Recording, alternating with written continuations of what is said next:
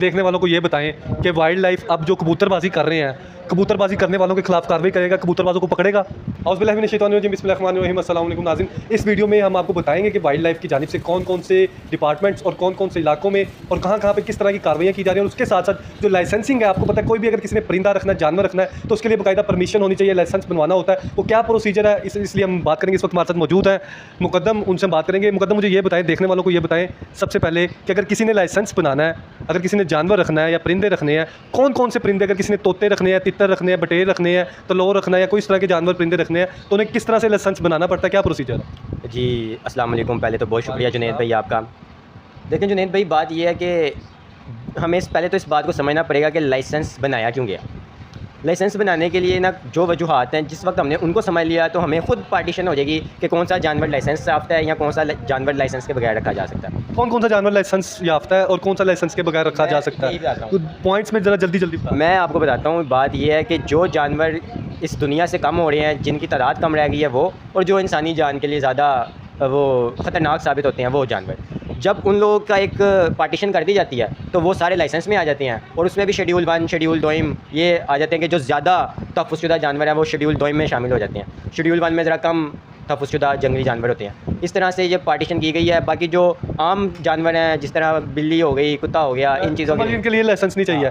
Licence अगर किसी ने बनवाना है, मुझे पहले ये बताएं, शेर रखने की इजाज़त है तो शेर का लाइसेंस कैसे मिलेगा? लेकिन जी जो शेर है ना, ये शेड्यूल 2 में शामिल है, ठीक है। अब ये शेर के लिए ज़रा लाइसेंस का थोड़ा मामला थोड़ा सा मुश्किल होता है। अगर आपने तलोड़ का लेना है, मोर का लेना है, तीतर का लेना है, वैसे तीतर का तो नहीं भी लाइसेंस मिल रहा, लेकिन अगर आपने इस तरह के जानवरों के लाइसेंस लेने हैं जो इंसानी जान के लिए ख़तरनाक नहीं है, वो तो आप जाएंगे वाइल्ड लाइफ हेड ऑफिस, वहाँ पे आप जाके लाइसेंस के लिए एक एप्लीकेशन देंगे, आईडी कार्ड की कॉपी देंगे और आप अपनी एक पासपोर्ट साइज तस्वीर देंगे और आपको एक आधे दिन के अंदर लाइसेंस इशू हो जाएगा। कितनी फीस है कम से कम, कौन से जानवर की कितनी फीस है, परिंदे की, और ज़्यादा से ज़्यादा कितनी फीस? सर बात यह है कि अगर तो डिपेंड करता है जानवर के ऊपर। मिनिमम जो फीस है 500 रुपये का भी लाइसेंस बन जाता है मोर का।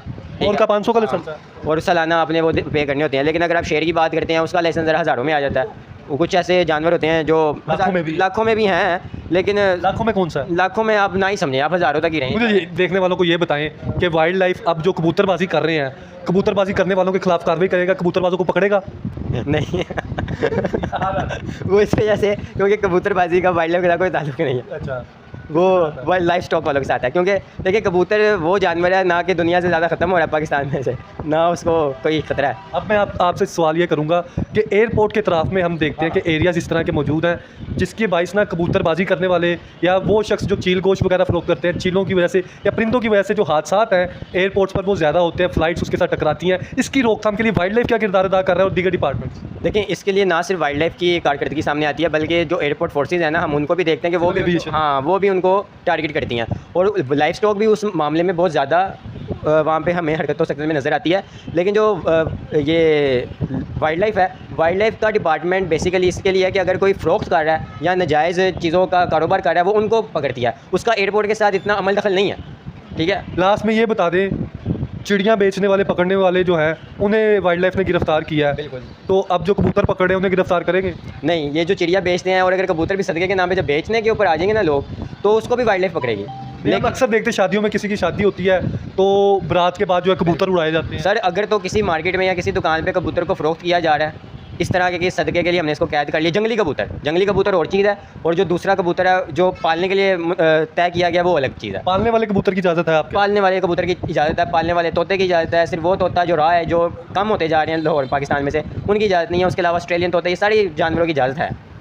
जी बिल्कुल नाज़रीन, ये सारी आपने गुफ्तगू सुनी। लास्ट में कुछ कहना चाहेंगे, कोई मैसेज देना चाहेंगे? वाइल्ड लाइफ की कारकर्दगी किस तरह की है, 2026 में क्या नज़र आ रहा है, और ओवरऑल कुछ भी कहना? सर वाइल्ड लाइफ की जो ओवरऑल कारकर्दगी है ना, मेरी नज़र में बहुत बेहतरीन है। वाइल्ड लाइफ ने अपने जो डिपार्टमेंट है उसको बहुत ज़्यादा स्ट्रेंथन किया है। उन्होंने इसके मुख्तलिफ थाने बनाने लगे हैं, फोर्स डिक्लेयर कर दिया, रेंजर्स डिक्लेयर कर दिए हैं, और हर चीज़ जो उन्होंने पीक लेवल के ऊपर लेके जाके कंट्रीब्यूट किया कि हम ये जो भी नाजायज़ कारोबार करते हैं इनके खिलाफ, मेरी नज़र में उनकी जो कारकर्दगी है वो बहुत अच्छी जा रही है। हाँ जी बिल्कुल नाज़रीन, ये सारी आपने गुफ्तगू सुनी और ये सारे मामलात हैं। अगर आपने कोई जानवर परिंदा रखा हुआ है तो आपको चाहिए कि उसके लिए आप लाइसेंसिंग कर लें, ताकि आप कानूनों के मुताबिक अपनी भी ज़िंदगी गुजार सके, जानवर की भी गुजार सके, और साथ ही साथ जो खतरनाक तरीन जानवर हैं उससे रखने से गुरेज करें। वो ना सिर्फ आपकी ज़िंदगी के लिए, आपके बच्चों की ज़िंदगी के लिए, फैमिली के लिए, बल्कि अहले इलाका के लिए भी जो है मसाइल का सबब बन सकते हैं। इसी से अपने मेज़बान जुनैद को इजाज़त दीजिए। अल्लाह के बाद।